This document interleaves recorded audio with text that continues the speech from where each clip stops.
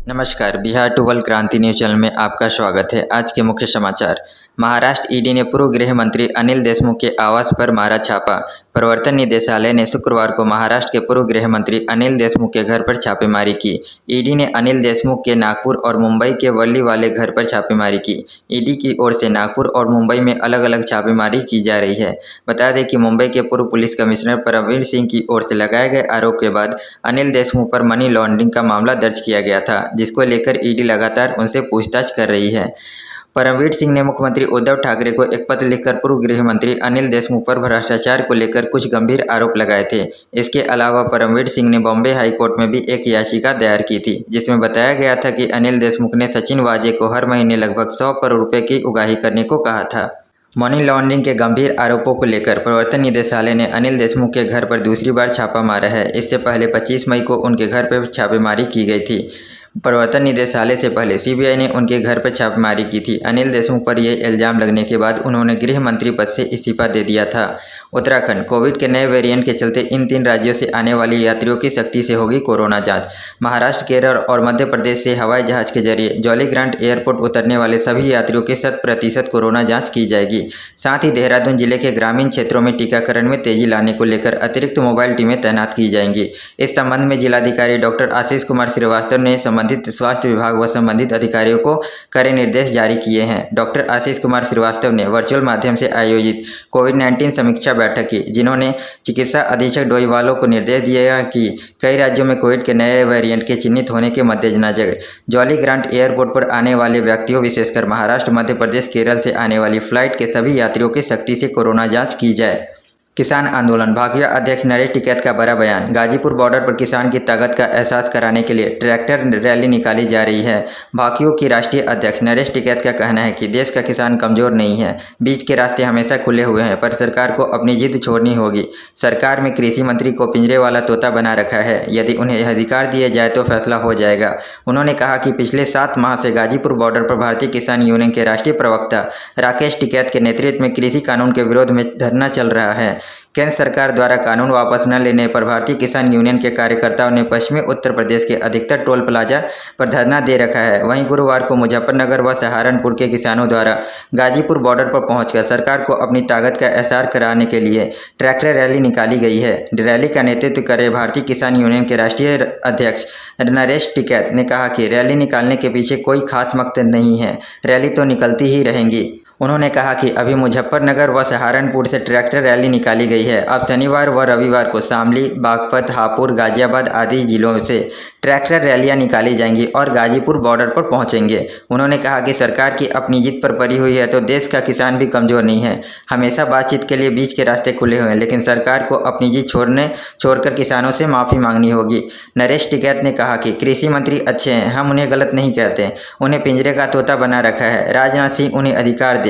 यदि उन्हें अधिकार दे तो फैसला हो जाएगा। सरकार में भी सभी लोग अच्छे हैं। प्रधानमंत्री नरेंद्र मोदी, अमित शाह भी अच्छे हैं, पर उनकी सोच गलत है। उन्होंने किसान भटका दिए हैं, जिस कारण भाजपा की नाव डूबने की कगार पर है। सरकार को लगता है कि कृषि कानून से बड़ी कोरोना महामारी है तो सरकार कानून वापस लेकर किसानों को भेज दे। यदि सरकार उनकी नहीं सुनती तो धरना जारी रहेगा। ब्लैक सी। रूस ने ब्रिटेन को दी धमकी। काला सागर में ब्रिटेन के युद्धपोत के प्रवेश को लेकर रूस में चेतावनी जारी की है। रूस ने धमकी दी कि अगर ब्रिटिश नौसेना ने आगे कोई उकसाने वाली कार्रवाई की तो वह युद्धपोत को बम से उड़ा देगा।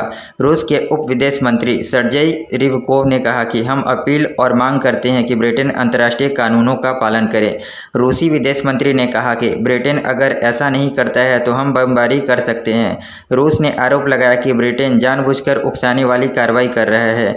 यही नहीं, उसने इस संबंध में मॉस्को में ब्रिटेन के राजदूत को तलब किया और अपनी नाराजगी जताई। इधर ब्रिटेन के प्रधानमंत्री बोरिस जॉनसन ने कहा कि ब्रिटेन का युद्धपोत पूरी तरह से अंतर्राष्ट्रीय कानूनों का पालन कर रहा है। ब्रिटेन ने कहा कि यह क्षेत्र यूक्रेन में आता है और यहाँ से किसी को भी जाने का अधिकार है। इधर रूस ने कहा कि ब्रिटेन काला सागर में उसकी सीमा क्षेत्र में घुसने की कोशिश न करे और उकसाने वाली कार्रवाई से बचे। इधर क्रेमलिन के प्रवक्ता दमित्री पेस्कोव ने कहा कि यह जानबूझकर की गई कार्रवाई है।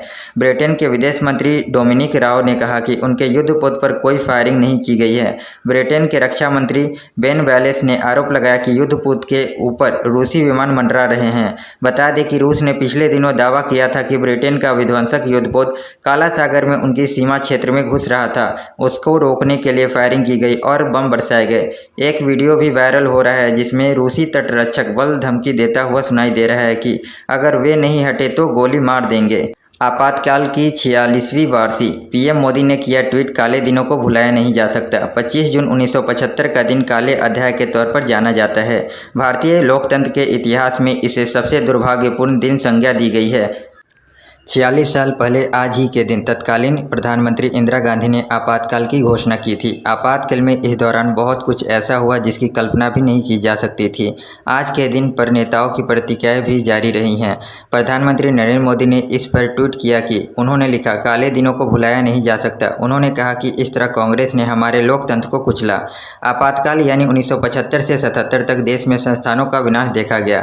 प्रधानमंत्री ट्वीट में आगे लिखा कि हम भारत की लोकतांत्रिक भावना को मजबूत करने के लिए हर संभव प्रयास करने का संकल्प लें और हमारे संविधान में निहित मूल्यों पर खरा उतरने की कोशिश करें। हम उन सभी महानुभावों को याद करते हैं जिन्होंने आपातकाल का विरोध किया और भारत के लोकतंत्र की रक्षा की। भ्रष्टाचार, मुजफ्फरपुर डीटीओ के घर में मिले 51 लाख रुपए, 60 लाख के आभूषण भी बरामद। बिहार राज्य निगरानी अन्वेषण ब्यूरो ने मुजफ्फरपुर के जिला परिवहन अधिकारी रजनीश लाल के विभिन्न ठिकानों पर गुरुवार को छापेमारी की। इस दौरान 51 लाख रुपए नगद व 60 लाख रुपए से अधिक के आभूषण बरामद किए गए। जांच टीम के हाथ जमीन एवं निवेश के कागजात भी मिले हैं। पटना स्थित ब्यूरो मुख्यालय से मिली जानकारी के मुताबिक रजनीश लाल के मुजफ्फरपुर स्थित आवास तथा पटना शहर स्थित 3 फ्लैटों सहित अन्य ठिकानों पर गुरुवार को छापेमारी की गई। कार्रवाई के दौरान टीम को 51 लाख रुपए नगद, 60 लाख रुपए से अधिक के आभूषण, जमीन के दस्तावेज, बैंक व LIC में निवेश के कागजात बरामद किए गए। रजनीश लाल के पास छपरा डीटीओ का अतिरिक्त प्रभार भी है। उनके खिलाफ आय के ज्ञात स्रोतों से अधिक संपत्ति का मामला दर्ज किया गया था। धन्यवाद। अगर आपको हमारे द्वारा दी गई जानकारी पसंद आई हो तो हमारे चैनल को लाइक एंड सब्सक्राइब करें।